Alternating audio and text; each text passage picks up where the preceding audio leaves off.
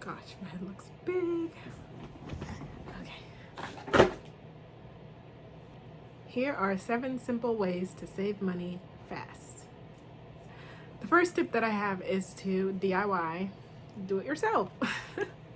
So a lot of things I find that, we pay a lot of money for can easily be done yourself. Things like cutting your hair, getting your nails done, making iced coffee, etc.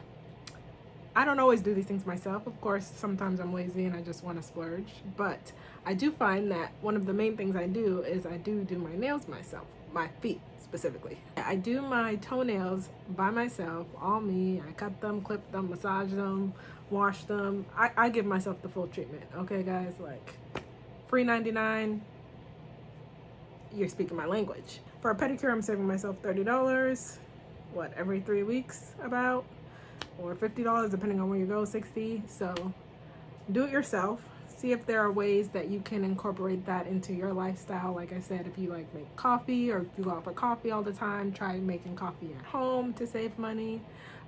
Try doing your own hair, cutting your own hair. I don't recommend doing everything with your own hair because some things, you guys, you do need a professional for. Don't go crazy.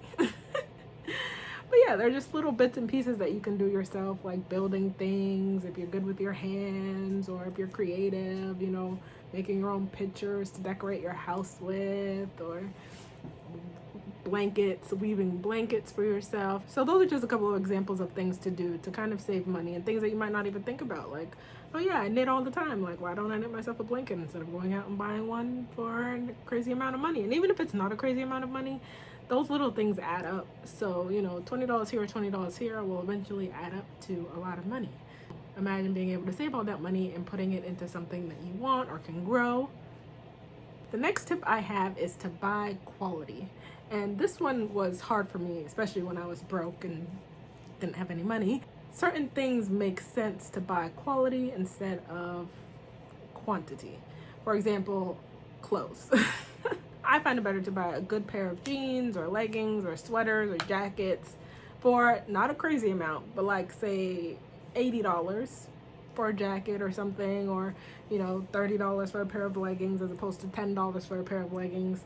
I find that it ends up being more cost effective in the long run, just because I have been gone the cheap route and got leggings for like $5 or $2 or $3, and they would rip in a month, and then I'd be going back and back and back, and like I said, those little dollars add up. So it's better if I can get just 1 pair or 2 pairs that'll last years. Like, literally, I have some clothes that I've had since, I don't even know, like 8 years, that are just good quality because they've lasted that long. And I'm not the type to really like go shopping and need like new things all the time, but obviously if I rip something, then I'll want to replace it just because I'm used to having a certain amount of certain things. It's like, can't go from like 4 pairs of jeans to 3. It just messes me up. Buying quality items that'll last longer and are more sustainable has been very helpful in terms of saving money, because I'm not worrying every month about buying new clothes or shoes or hair products or things like that. Buy quality is my second tip, and one that I strongly suggest that you guys do as well. My third tip is to sign up for email lists, especially for stores that you shop at frequently. My sister actually does this, and she was the one that got me onto it, because she would always know, like, whenever something was on sale, she'd be like, oh, these are on sale, this is on sale, this is on sale, they're having a great deal on this, and I'd be like, what? I had no idea. She was like, yeah, they send me emails, I sign up for the email list, and I was like, that is genius, because why buy something full price when you can buy it for half the price, or whatever. I don't mind waiting for a deal. Like if I see something I like, I'm like, hey, I'll wait for it to go on sale, unless it's like a really need or want, or like it's my birthday or something crazy special. But other than that, like, I love waiting for deals, because I love to see something that I would have spent $30 on be $15, because in the back of my head I'm like, I wonder how many people got that for $30 and I got it for $15. Sign up for email lists. They're always sending promotions and deals and things like that that you wouldn't find otherwise, or even know about otherwise. My boyfriend just he was got an email online and found something online that was cheaper, they were having a deal, and then we went in the stores to buy it. It was a pair of jeans, and we went in the store to buy it. And in the store it was like $50. There's a pair of jeans in the store, it's like $50, and then online it was 30. You know, we go up to the cash register and we're like, hey, this is $30 online. We got the email, and then they price matched it for us, and we paid $30 because that's how much it was online. Otherwise, it would have been $50. Had we have not been aware and gotten that email, we would have just simply paid $50 for it. So get on those email lists, guys. Like, pay attention, save money. Like, they're literally like deals that, like, obviously they're not going to tell you about because they want you to pay full price. So that is a very helpful tip, especially if you're one of those people that likes to online shop. I highly, highly, highly recommend. My next tip is to get a savings account that you can't touch. You know, my bank specifically has a savings account that I can put money in that if I touch it or try to take it out, they'll charge me a fee, and you can only do it like a certain amount of times anyway. I think like 6 times, I think, per year you can only touch it, and then if you're touching it, you're like paying like $50 or something in a fee, which is a very great incentive to not touch it. When I had a savings account that I couldn't touch, or a savings account that would like charge me money for touching, that I thought twice and definitely 3 times about taking money out of it. I have not touched that savings account all year. If I didn't have the money in my checking account, I didn't have the money. There were things that I really didn't need. They were just wants, you know, like just wants, and me being like, it's my birthday, it's Christmas, it's so-and-so's birthday, like, come on, they should have, you know, the best in the world. And yeah, and my bank account's like, no, relax. So it's been great because I've been able to budget better and save better, and also kind of hold myself to a higher standard in terms of being prepared for events and things like that ahead of time, so that I'm not last minute trying to scramble and scrape money for someone's birthday or an event, etc., that I should have planned for ahead of time. You're one of those people that needs like a hard push and that needs someone to force you to not touch something. This is one of my best tips for you, because it's pretty much like you don't have it. It's easy when you have a savings to not kind of keep track of things, just because you know you have that backup if anything. If you can kind of change and shift your mindset to thinking, hey, I don't have a backup, like this is all I have for this month or this week or this 2 weeks, then things will definitely change. Your perspective will change and your budget will change, and also just the way you handle money will change. So my next tip kind of ties into tip number 5. That is to plan ahead. So it's very often that, you know, Christmas time rolls up, someone's birthday rolls up, an event rolls up, and like I said, I'm one of those people that's like, oh crap, like I used to like just be like, oh great, I have my savings because I definitely didn't save for this.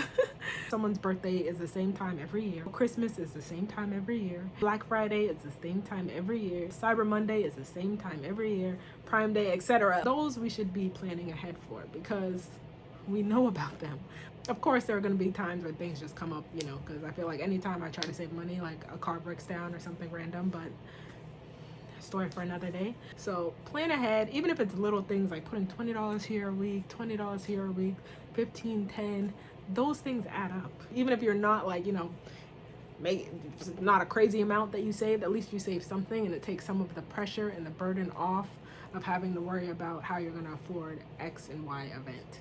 Put it on your reminders in your phone, put it on your notes, so that every week you know, like, hey, Christmas is in 3 months. Saving throughout a long period of time, you barely even notice that you're saving, as opposed to trying to save everything or trying to do everything all at once. It's kind of like when you get your taxes back. When you get that money back during tax season, yeah, feels great, right? Don't wait till the last minute, especially when it comes to money, because it won't be there. Unfortunately, money doesn't fall from the sky. If it did, you'd be fine. My next tip, tip number 6, is only buy what you can afford. Who are you trying to impress? The other people around you that are buying outside their means? Don't set yourself up for failure. Stop buying stuff you can't afford. If you start saving, you will be able to afford it. Let me just say this. Buying things you can't afford doesn't hurt anybody else but you. If you can afford $500 for a TV, why are you buying a $700 one? Why? Trust me, when people look at it, they're not going to be like, oh my God, you spent $700 on this TV, on this purse, and da-da-da, and da-da-da. And even if they do, who cares? Like, I don't know. I just really don't get it, guys. Like, I don't care if anyone looked at me and thought, you know, I was cheap or whatever for buying what I could afford. It is what it is, because I know in 5 years, who's gonna be laughing, okay? A part of this is not caring what other people think about you, you know, because if you care what people think, then it's easier to be like, oh, well, they have this for that much, and they have this for that much, and I guess I can take it. No, no. So my last and final tip is to allocate money for things you enjoy. This one was probably my favorite tip ever. I felt that I couldn't save without, you know, sacrificing things that I love to do and enjoy. Life is hard out there, guys. It ain't cheap, as I'm sure you guys know. It's just about either A, cutting down on some things, or B, doing them in a more cost-effective way. For example, going out to eat. I love going out and trying new restaurants and things like that, but I allocate that to solely being on the weekends. So during the week, I do not go out to eat. Friday, Saturday, I've allocated to, you know, if I wanted to go out to eat and splurge, go ahead, sis. And I budget specifically for those things that I know that I just need to make myself happy and content and the best person I can be. So when you think about saving, don't just think about, oh my God, I gotta give up this and this and this and this. Think of the stuff that you really, really love and you really, really want, and allocate money for that. Keep some things for yourself so that you can be happy and live a life, but also be mindful of the fact that you are saving towards a specific goal and trying to get out of debt if that's what you're trying to do, or trying to purchase a home, or trying to build wealth, or trying to invest, or trying to do whatever your financial goals are. So there you have it. Those are my 7 tips on ways to save money and ways to budget better and ways to be financially free in the long run. Obviously, these things take time, these things take work, but if you just do 1 or 2 of these things little by little, you'll see a difference. And if you don't, do more. All right, guys, that's it for this video, and I will see you guys in the next one.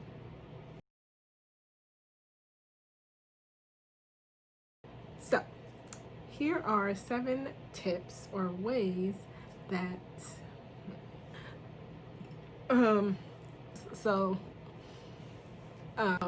that is a great tip. It makes it kind of like, if you, I think that, so